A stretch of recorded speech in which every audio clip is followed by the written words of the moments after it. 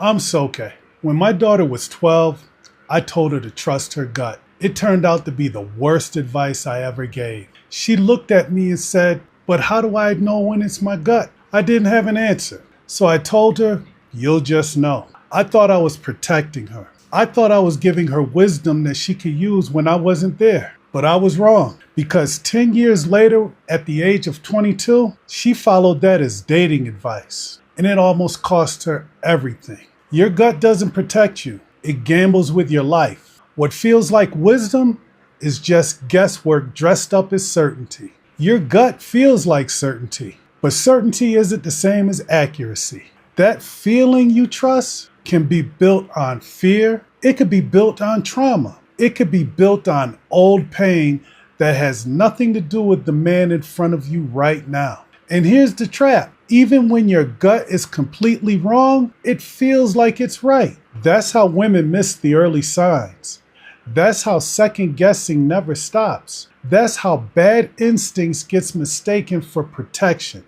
Stop trusting your feelings. Feelings aren't facts. I thought I was protecting my daughter, but what I really gave her was false confidence. And when she got older, when life got harder, when men got more complicated, that advice failed her.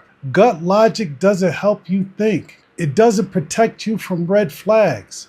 It just gives you excuses to follow your feelings. And feelings aren't evidence. When you trust feelings, you second guess forever. When you follow evidence, you find what's true, even when feelings pull you the other way. Feelings aren't evidence. False confidence is dangerous. That's the real cost of bad tools. I sat across from my daughter years later, and I told her the truth. I was wrong. Trusting your gut sounds wise, but it isn't reliable. It makes you feel strong right up until it costs you something. And then I gave her the words that I should have given her when she was 12.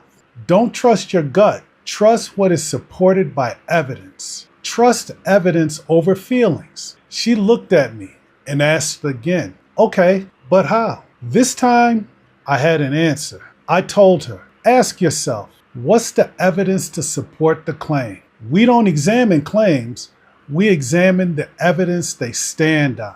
I told her, if a man claims he's serious, but there's no evidence to back it up, that claim gets thrown in the garbage. No evidence, no belief. That's it. No guessing, no spiraling, no wasting time. That's evidence over feelings. It's been more than 15 years since I had that conversation with my oldest daughter. Now my youngest is 12. Same age, different tools. She's grown up with evidence-based thinking. She doesn't have to gamble with gut feelings. She doesn't have to wonder if bad feelings are paranoia or truth. She doesn't have to walk blind into mistakes. She already has the tools before she's dating, before the pressure starts, before the wrong voice can confuse her. She knows how to test. She knows how to look for evidence.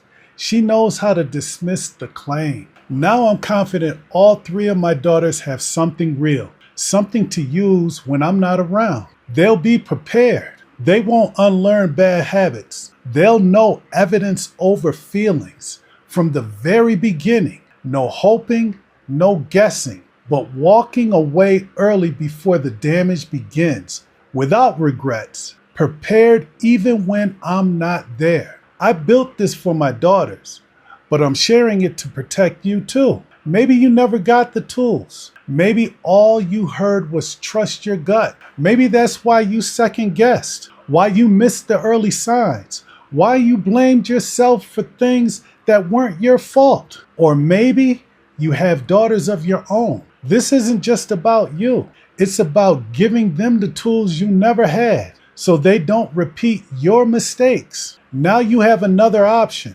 Evidence over feelings. This isn't just for recovery. It's for prevention. You don't have to wait until you're broken to use it. Use it so you don't break. Trusting your gut costs more than love. It drains time. It drains money.